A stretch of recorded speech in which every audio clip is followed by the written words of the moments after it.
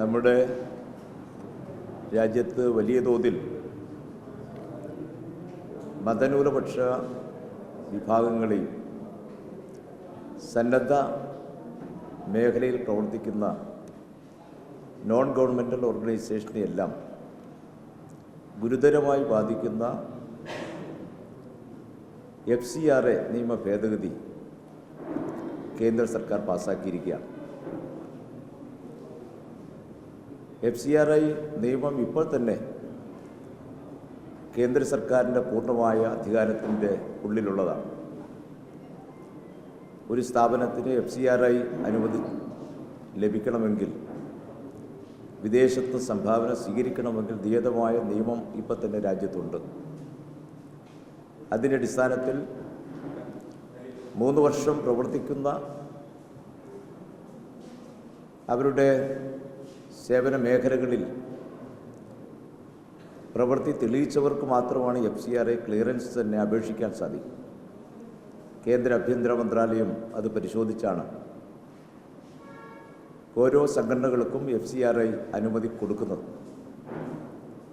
അത് 5 വർഷത്തേക്ക് അനുമതി കൊടുത്താലും ഓരോ വർഷവും വരവ് ചെലവ് കണക്കുകൾ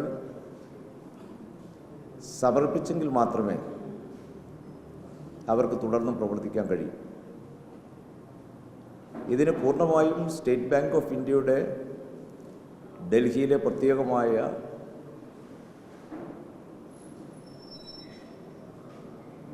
ബാങ്കിൽ അക്കൗണ്ട് ചേർന്ന് അത് കേന്ദ്ര ആഭ്യന്തര മന്ത്രാലയത്തിൻ്റെ നിരീക്ഷണത്തിൽ നിലനിർത്തിയാണ് ഇപ്പം FCRA നിയമം അനുശാസിക്കുന്ന തരത്തിലുള്ള വിദേശ സംഭാവനകൾ, പണം സ്വീകരിക്കാൻ ഇന്ത്യയിലെ എല്ലാ സംഘടനകൾക്കും അവകാശമുള്ളൂ.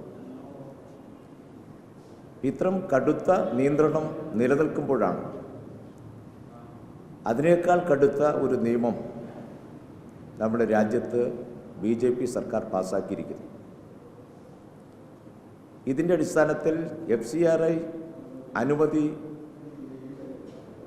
നിഷേധിക്കപ്പെട്ടാൽ, അല്ലെങ്കിൽ പുതുക്കലിന് കാലാവധി തീരുന്ന 6 മാസം മുമ്പ് പുതുക്കലിന് അപേക്ഷ കൊടുക്കണം. അപേക്ഷ താമസിക്കുകയോ കണക്കുകൾ ഏതെങ്കിലും തരത്തിൽ വൈകിയാലോ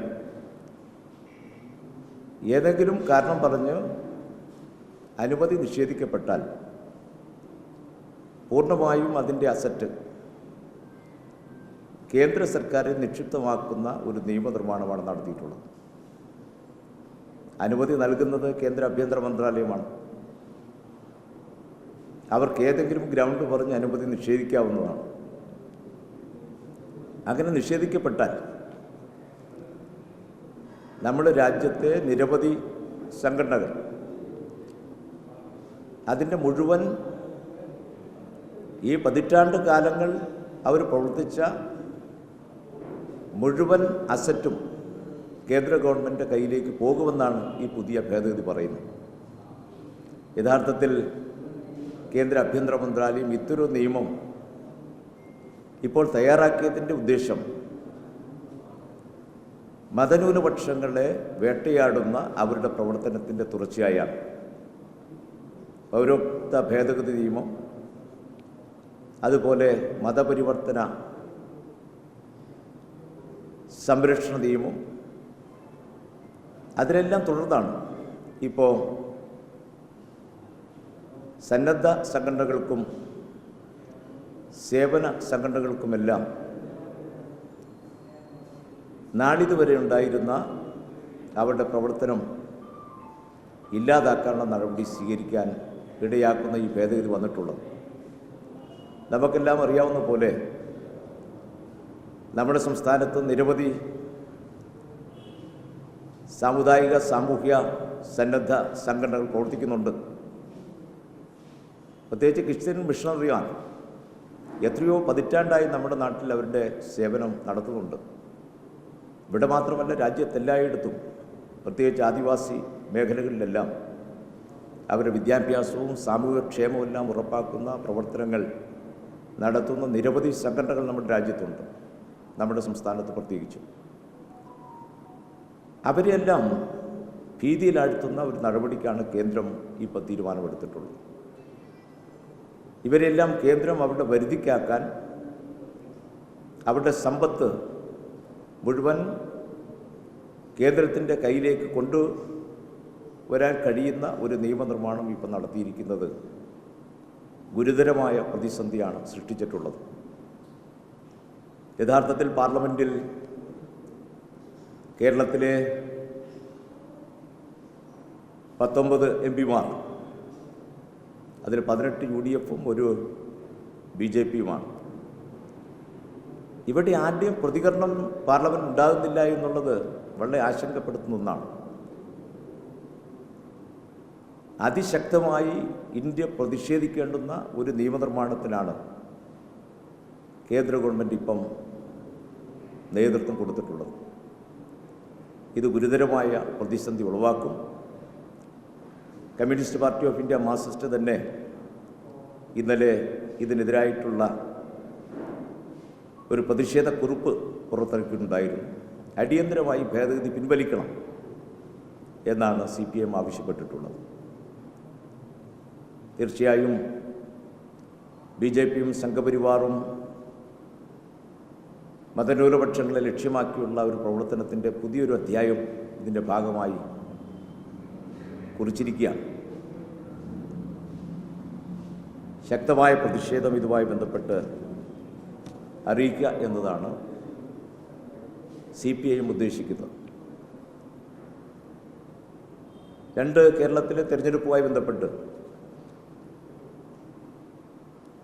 നമ്മുടെ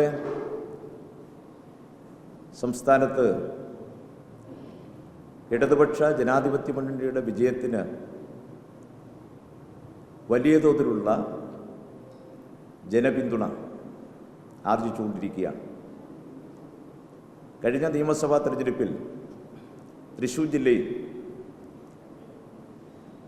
13-12 സീറ്റാണ് LDF ഉണ്ടായിരുന്നത്. 2016 തെരഞ്ഞെടുപ്പിൽ 13-12 അന്നും ഉണ്ടായിരുന്നത്. 2026 തെരഞ്ഞെടുപ്പിൽ 13-13 ഇടതുപക്ഷ ജനാധിപത്യ മുന്നണി ജയിക്കുന്ന ഒരു തെരഞ്ഞെടുപ്പായി മാറുമെന്നതാണ് ഞങ്ങൾ ആദ്യഘട്ട പരിശോധനയിൽ വിവിധ മണ്ഡലങ്ങളിലുള്ള പ്രവർത്തനങ്ങൾ പരിശോധിച്ച അടിസ്ഥാനത്തിൽ കാണുന്നു. ഒരു മികച്ച വിജയം സംസ്ഥാനത്ത് ഇടതുപക്ഷ ജനാധിപത്യ മുന്നണിക്ക് ലഭിക്കുമെന്ന കാര്യത്തിൽ സംശയമില്ല. പ്രധാനമായും ഞങ്ങൾ ഈ തെരഞ്ഞെടുപ്പിൽ ജനങ്ങളുടെ മുമ്പാകെ വെക്കുന്നത് കഴിഞ്ഞ 10 വർഷത്തെ വികസനക്ഷേമ പ്രവർത്തനങ്ങളാണ്. കേരളത്തിൻ്റെ ചരിത്രത്തിൽ ഇതുവരെ ഉണ്ടാകാത്ത വികസന പ്രവർത്തനങ്ങൾക്കാണ് കഴിഞ്ഞ 10 വർഷം സാക്ഷ്യം വഹിച്ചത്. ഒരു കാര്യം ജനങ്ങൾക്ക് ബോധ്യപ്പെട്ട ഒരു സന്ദർഭം കൂടിയാണ്. അത് തുടർച്ചയായി LDF-ന് ഭരണം കിട്ടുമ്പോഴാണ് നമ്മുടെ നാടിൻ്റെ സ്ഥായിയായ വികാസവും പുതിയ കാലഘട്ടത്തിനനുസരിച്ച് ദീർഘകാലാടിസ്ഥാനത്തുള്ള പദ്ധതികളുടെ പൂർത്തീകരണവും നടത്താൻ സാധിക്കുക എന്നതാണ്.